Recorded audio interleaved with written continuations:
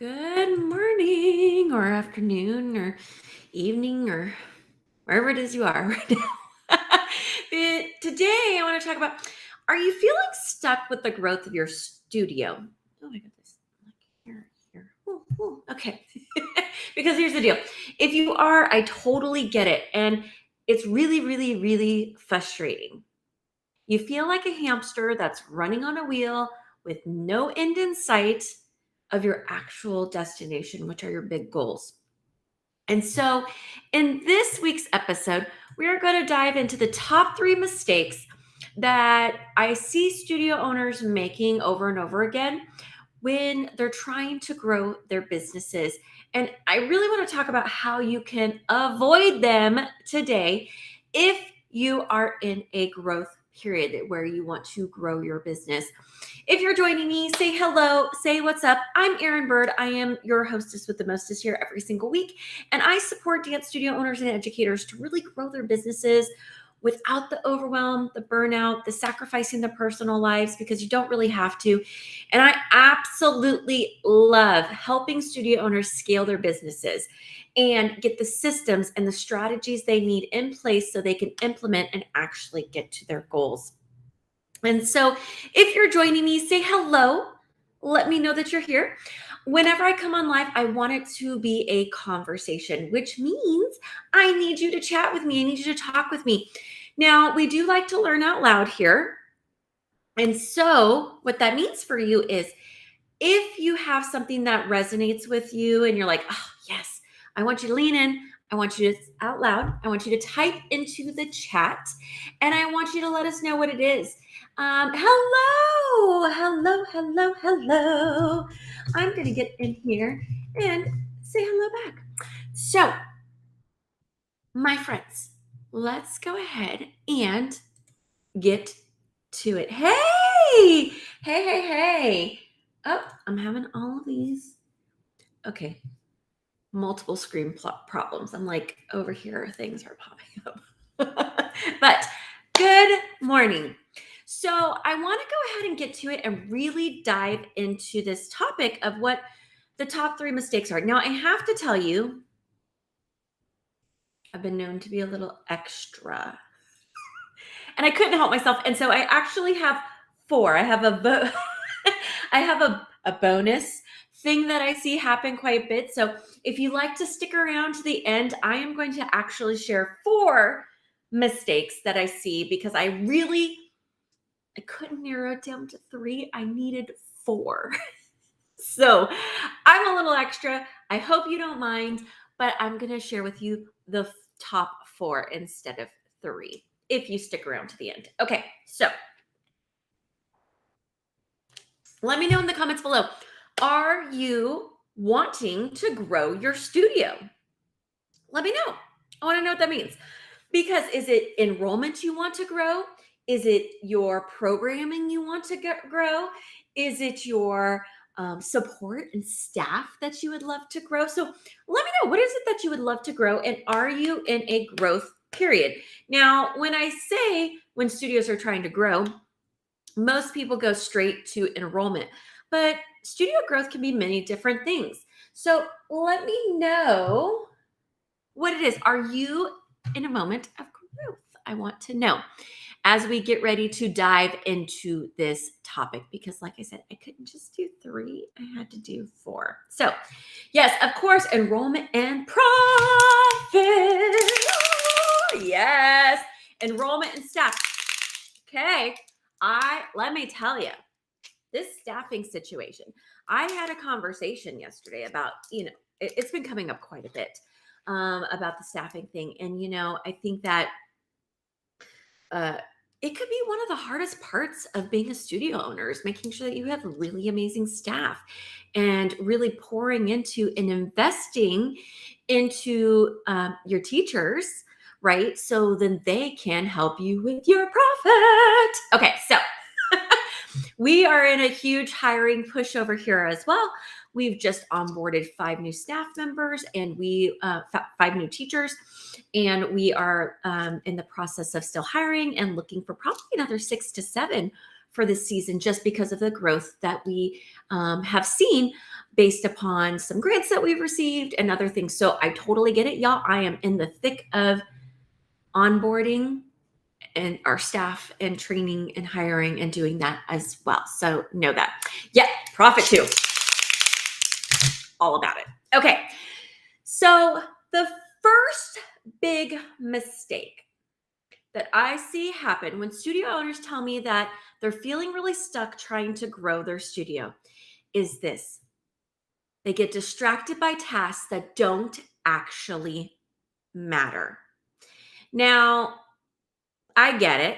Our to-do list could be a mile long. They are never ending. I mean, honestly, there's a million different things that we could do. But what I see happen so often is studio owners get distracted by their long to-do list of things that actually they either A, don't need to do, or B, that they could hand off to somebody else. And then take that time to really focus on things that make them happy, bring them joy, and help them get to their ultimate goal.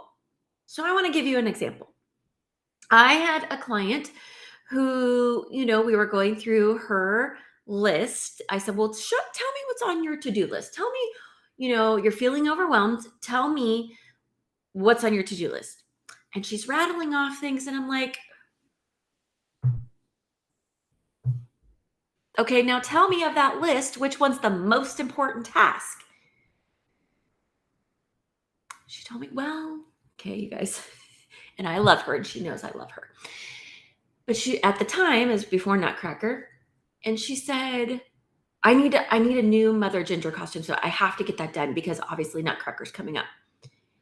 And I said, well, do you really need a new Mother Ginger costume? The one that you have is fine.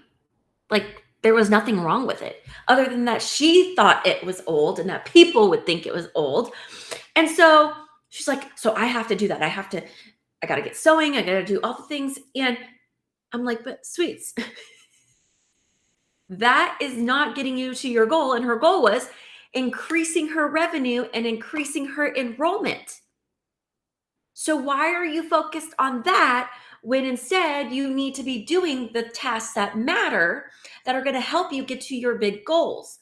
So many times we get distracted by these other things that aren't really in alignment with our big goals. And we have to be very intentional every day when we sit down and say, is this a task that's revenue generating? Is this a task that is in alignment with my big goals? Or is this in the other category? Is this something that I need to actually be doing? Is this something that I could delegate to somebody else? Is this a high level, leadership CEO sort of task? Or is this something that I could hand off to somebody else? And I get it. A lot of times it's like, oh, I could just get it done quicker. But you can't and you shouldn't try to do it all. Let me know in the comments. Have you been guilty of this? I am also guilty. I am raising my hand when there's certain times I'm like, why am I doing this right now? Why am I doing this right now? And either I have to stop and take a moment and say, okay, Erin, like, no, you don't need to be the one to do this. Or I'm like, I'm doing this because it actually, if I'm like, why am I doing this? I'm like, does this bring me joy?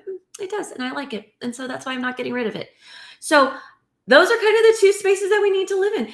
Delegating is my favorite thing, but sometimes I scroll, yeah, right? It's like squirrel or shiny disco ball or whatever comes and flashes in front of you. And so, yeah, we get a little bit distracted sometimes, especially trying to do everything on my own while parenting on my own. Okay, yes, right? So when I think also, here's the thing.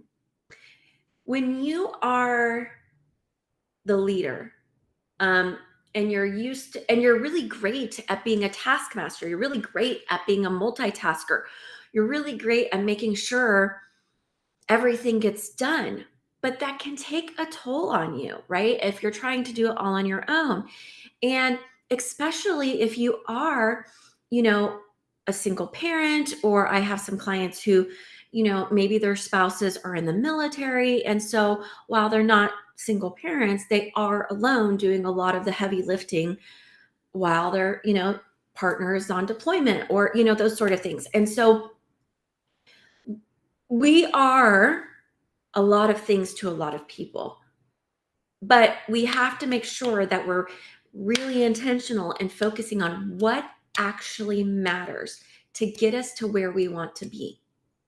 And so if you come to me right now and say, Erin, oh my gosh, I want to start this new program. I want to grow my enrollment over here. I want to increase my competition. Like, I have students come to me and say, I want to do all these things all at once, and I want them now, and I don't want to wait, because I expect there to be this magical wand that waves and I can get it all done and it could be ready to go by September. And I'm like, is that realistic with your life? Right? So, like, what is the most important thing? And so do not get distracted by shiny ball, squirrel, or looking at things that you feel like matter that don't matter. And because it kind of rolls into number 2, but also, my friends, I'm gonna be for real with you right now. So I'm gonna just go to number 2, because they kind of piggyback on each other. And so you are the bottleneck in your systems. You're the bottleneck because you are the bottleneck. You are, hey, it's okay to be a little bit late. Better late than never. So, yes. Okay. So you are actually creating the bottleneck. Because what happens here is when you are getting distracted or you see all these things and you start to do those tasks that feel easy. Oh, I could check these off my list real quick. And then they aren't real quick, first of all.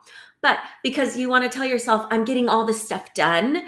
And like, so I'm being productive and, that sort of thing. But you're actually putting off the things that matter because they feel hard, or they're uncomfortable, or it feels, new or tough. So I can tell you this with certainty, because I hear it over and over again. Oh, okay, Erin. So this is what I'm going to do. I've got these 5 things on my list, and these 3 I could check off really quickly. Like, I just have to send out this email to families, and I have to do this and this, whatever. And then, but the number one thing is, Erin, I need to increase my enrollment. Well, why are you going to do all these other things first before you work on enrollment, when that is critical to the health of your business? Those other 3 things that are like, oh, I can get this done real quick, are not critical. Eat the frog, my friends. Do the hard thing first. And you create bottlenecks in your business, in your studio, by not delegating and sending off things. And you're like, oh, but I can do that. It's on my list. It's fine. You are the one who are creating problems because you are trying to do it all yourself. Now, I would be remiss. I would probably be, you could probably call me a liar if I were to tell you that I don't have a touch of the type A personality. And the fact that I like things to be done a certain way. And so sometimes it is hard. Like, it's me who's like, ooh, should I hand this off because I like it done a certain way? And even though I know that I can train my staff and stuff. The expectation also, there's no, I'm the only Erin that is just like me. And so while it does take me a little while sometimes to hand things off, because like all of you, I'm like, when I hand this off, I have to be willing to let go of some of the control and the process. Now, the outcome typically is the same. So I want to make sure that, because the way that our culture is and my staff is, and we've worked together, but like I create bottlenecks sometimes. And I have to really get clear and intentional about, like, what am I doing and why am I doing this? And so, my friends, don't create the bottleneck in your business, because you will only stunt your growth and hold yourself back from where you want to be. Okay. The next thing that I see happen over and over and over and over again is studio owners stunt their growth by trying to DIY it all the time. Now, my friends, we are good at a lot of things, right? We can be the jack of all trades, master of none, except for dance. But here's what happens. When we try to DIY it and we're trying to, Google our way through things, while that may work for a little while, what happens is this: you are spending so much time trying to learn, trying to learn the thing. And then you go, okay, all right, I've gone through these tutorials online, or I've or whatever, and you try to do it on your own. Now, I'm going to be quite frank with you. I am not a website designer. I am not a techie person. That is not who I am. And so could I go online and learn how to build websites? Or could I go take, a class at City College or whatever about website design? Of course I could. I could learn how to do anything, right? But at the end of the day, is that the best use of my time and energy? Or is it a better use for me to get the support and either pay someone to do it for me, right? That would be number one. Or get someone who's like, this is all you need to do, XYZ. And this comes in many different forms. This could be with social media help. It could be with anything. But stop trying to piecemeal and DIY everything on your own. It actually is costing you more money in the long run than you just hiring someone to support you from the get-go.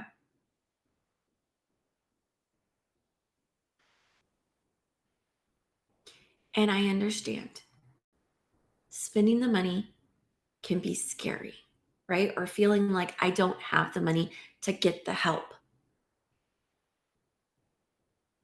But one of the things that I've learned over the years of doing all of this is that if you find the right support and the right people to help you, you will see a return on your investment.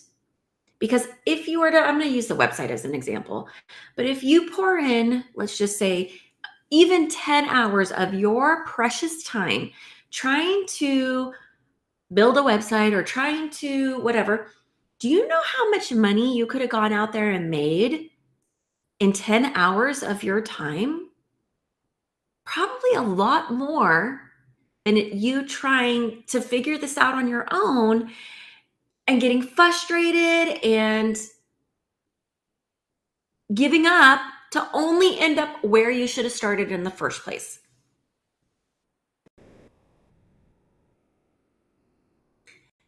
Get the support that you need. It will help you get and allow you to be on your quickest path to get to your goals. So, my friends, please stop trying to DIY it all on your own. Now, there has to be a strategy. There has to be a plan in place, right? But you need to get support. Okay. Now, we just finished up the Marketing Blitz Bootcamp. Who here came to the Marketing Blitz Bootcamp? Let me know. And let me know if you had any really great takeaways or light bulb moments from our 4 days together. We had 3 days of learning and 1 day of open Q&A, which I know also was able to help not only get some clarity around the ideas that we did. Yes. And so we were able to do that. Now, here's the deal, my friends. If you somehow missed it because life was busy or whatnot, I am going to encourage you. This is like one more chance. We have the replays available for you only through the weekend. So if you missed a day, if you didn't watch them all, you could do a total binge watch this weekend. But you must register to get the access to the replays. So if you missed it by some chance, you can go ahead and jump on, watch the replays. I mean, really, I know that I got so many messages about, oh my gosh, this gave me so much more clarity around marketing and our branding and who we're showing up as in our community and what we want to be known for and how different pieces align. So, my friends, if you missed it, you only got through the weekend to get caught up. And you really don't want to miss that because it is the foundational pieces. It's what you need to actually grow your studio and have the fall enrollment that you so desire, and even helping for this summer, but that you so desire. Okay. So, my friends, that's my little love tap for today. When it comes to that, we talk about the psychology of marketing, and we're going to deep dive into the why and some of the what. So, you guys, jump on in, watch the replay of that. Okay. Remember, I said that I was super extra and I couldn't just do 3. Well, here is number 4, my friends, because I see it happen all too often. And it, again, as I'm thinking about it, it's kind of two-parter, but we're gonna do it. Let me hide this one and let me show you. The last mistake that I see studio owners make all too often when it comes to growing their studios is they don't implement and show up consistently. You might do something and you're like, oh, okay, I learned that I need to post on social media. I need to do certain things, whatever. And you do it for a little while and then something happens and you don't do it. Or you're like, I don't really have a plan in place. So I'm just like hit and miss here. What I see happen so often is that studio owners, again, don't implement consistently. They don't do the things that matter consistently. And what happens is this. It's kind of like, I want you guys to think about this. I knew at the beginning, at the beginning of the year, I'm like, really want to work on my health this year and making sure that I am the best me and taking care of my body so I can help take care of my family, all those sort of things. And so I decided that I wanted to lose a little bit of weight, obviously make sure that I'm, actually going and seeing specialists and whatnot.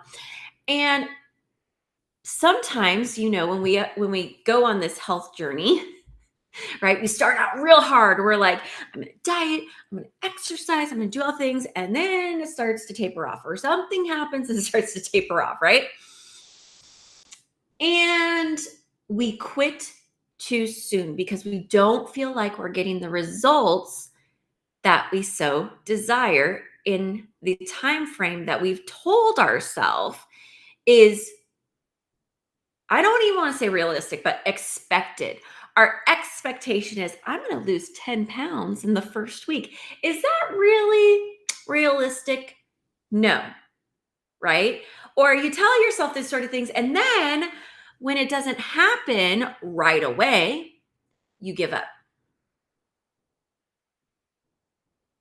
I've been there. Now, this year has been already, I mean, we're 6 months in and it's been a journey. But even when you have a pause at a moment, get back up and get on the horse, my friends. It's never too late. Start a million times over if you need to, but show up consistently. And it doesn't have to mean that you're spending all your time, showing up and doing one thing. Really, showing up consistently and doing and implementing consistently can be as small as 3 minutes, 5 minutes a day. I can guarantee that you're spending more time than that, like scrolling, right? So instead, when you get that moment of, ooh, I want to like disconnect or whatever, and I get on here, before you start the scroll, say, you know what, I'm going to spend 5 minutes and focus on my one thing. And my friends, if you have not read the book, The One Thing, read it, right? Read the book, The One Thing. I'm like, have you guys read that? Let me know in the chat. Have you guys read The One Thing? It's by Gary Keller. Let me know. Have you read it? I mean, right now, oh my goodness, I just went on. Right now, you can go get it for free on Audible on Amazon. Like, you don't even have to pay for it, right? I definitely would suggest reading The One Thing. Super easy read. Like I said, right now on Audible, it's free. So y'all do that. That is one. And then the other one, because I kind of referenced it earlier, is Eat That Frog. 21 great ways to stop procrastinating and get more done in less time.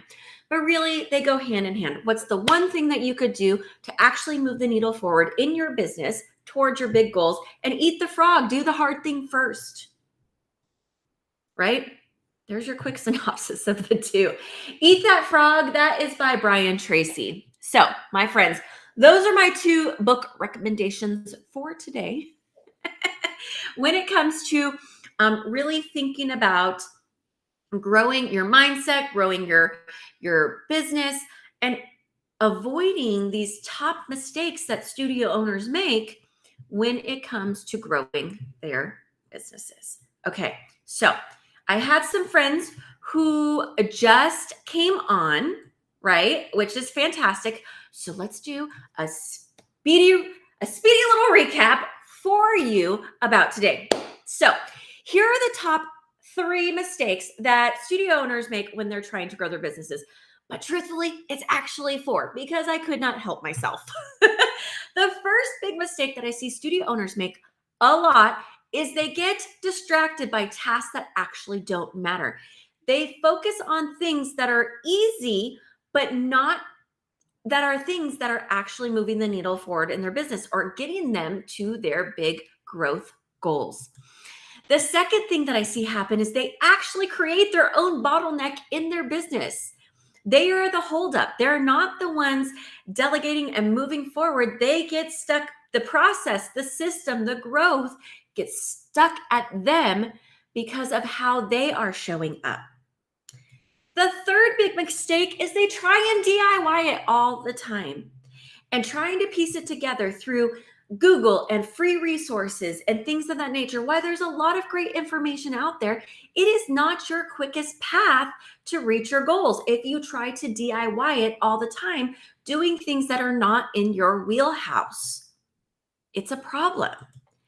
And then the fourth, your little bonus thing that we see happening all the time is that studio owners, they don't implement consistently to get to their desired results, and they quit too soon. They quit too soon. And they don't give it a chance, and they don't take a moment to stop and say, what's broken in the system for it to not work? 9 times out of 10, when I work with a studio owner about something and they come to me and they say, Erin, this doesn't work. We're not doing that. And I'm like, is it not that the strategy didn't or the tactic didn't work? Is it that your strategy wasn't working? Or is there a gap in your system? Or did we actually not show up consistently? Or how did we show up for this thing? And 9 times out of 10, the problem is there. It isn't the thing. They're like, oh, I heard about this tactic and, I've been seeing everybody doing it. It seems to be working for them, but why isn't it working for me? It must be my area. Let me tell you what, we all have, I'm going to go on a tangent just for 2 seconds, hopefully. We all have things that make our location, our audience, our demographic unique. I will never deny you that. But the stories that we tell ourselves are powerful and they become our truths. So if we are consistently saying, oh, that doesn't work for me in my area. Oh, no, that's not, no. Free trials, they don't work. No, I can't do that. I can't, no, that wouldn't work in my area because, and I hear that quite a bit. And while we take those things into account, it's again, when we do an audit from an outside perspective and I look at the overall strategy, we're all guilty of it, right? But we have to know that, are these facts or are they feelings? Are they facts or are they feelings? And I have to ask myself that all the time. Erin, is this a fact or a feeling? And then when I go back and I look at the data that maybe we've collected, because I make data-driven decisions, maybe the data tells me otherwise. No, it's actually a feeling, right? There's been times where I'm like, gosh, maybe one person or two people complained about whatever. And I tell myself that the one is the many. But if I look at the statistics and the math, I'm like, that's not even 0.25% of my audience or my customers. So that means that there's 99.75% that are happy as a clam, right? But sometimes it's the feelings that creep in and we tell ourselves, oh my gosh, everybody is really upset about this thing I did or whatever, when it was a ones or twosies. Not the whole, it was, the little piece. So we have to tell ourselves, are these facts or feelings? And we have to be open to trying new things or to revisiting things that we've told ourselves don't work. And we have to be willing to do the hard things and to put in the time. And has anybody here read the 4-Hour Work Week? Now I have. And while I do believe in creating automations and places that we can to help free up our time, the big problem right now, I think also, is there's a whole bunch of us in our society who have read the 4-Hour Work Week and feel like, well, I should just be sitting on a beach sipping, pina coladas, and my business is just gonna, get to where it should be on its own through automations. And I have to tell you, my friends, for most of us here, we are in a place where we still need to show up and connect with people and do some work. So again, this is the velvet covered brick, I guess. This is the brick part coming out. We have to do the work and we have to be willing to see that there may be a better way of doing things. Okay, so my friends, here's my big challenge for you for this week. I would really love to give you some homework, and I would love to encourage you to take a moment to audit how your season went last year. Most of us are done with recitals. I know a few of us still have nationals ahead, but it's time for us to take stock in what worked really well for us last year and what didn't. And also, where are we going? What is it that we really, truly desire? And how do we get there? And are you set up for success? I have to tell you that in our Empire Builders Club, which is that I love. In our Empire Builders Club, our master class next week, oh my gosh, it is next week, is, are you ready for the next season? Are you prepared? And we're going to go through how we make sure that we're prepared for the season ahead, and not when it just comes to enrollment, when it comes to staffing and onboarding and enrollment and marketing. Are you prepared? So that is going to be our masterclass in our Empire Builders Club. If you're not part of our Empire Builders Club and want to know more, just drop the word club below and I can talk to you about the Empire Builders Club. But that is going to be our focus for our masterclass next week is, are you actually prepared? And what is it that you need to do right now to make sure that you are set up for success? All right, my friends, I'm going to leave you there. I hope that you have a fantastic weekend. If you're here in the US, I hope that you have an amazing 4th of July. Be safe, please. Oh my gosh, I just can't. I'm going to go on a moment as well. A mom moment, or a person who loves and cares. I know we love fireworks. We love them. What I have to say is please be safe, and do not let your children wear flip-flops or Crocs and use sparklers. We had an experience. I'm just sharing everything. We had an experience. My niece had a sparkler, right? My niece had a sparkler and she's playing and she's wearing Crocs, and the end fell right in the hole of the Croc, and she ended up in the hospital, had to stay for a week, had to have a skin graft because she had such a terrible burn from that, and she was wearing Crocs, right? Which they thought was a better option than flip-flops, but there's still some little holes in them. And so that's my PSA before the 4th of July for everyone. Okay. So please, if you let your kiddos use sparklers, I know, right? No flip-flops or Crocs, please. I know it's a total bummer, but that's my PSA, just so you know. So, my friends, I hope that you all have a fantastic, fantastic holiday weekend if you're here in the US. I will see you next Friday for another episode of the Erin Bird Live Show, where we talk about business strategy, tips, tricks, mindset, and hopefully a little bit of joy. I know today was a little sass here. This is what we're seeing happening, and how do we, look inward to see, is this how we're showing up? But I think that it's super important that we hear those sometimes. A little, I guess, tough love is needed sometimes. So, my friends, next week we've got another show lined up. We already have a topic. So I will see you next Friday for the Erin Bird Live Show, same time, same place. And then right after that is our masterclass for Empire Builders Club. So I get to do them back to back, which is super exciting. I'm going to leave you there. Have a fantastic day, my friends, and I will see you all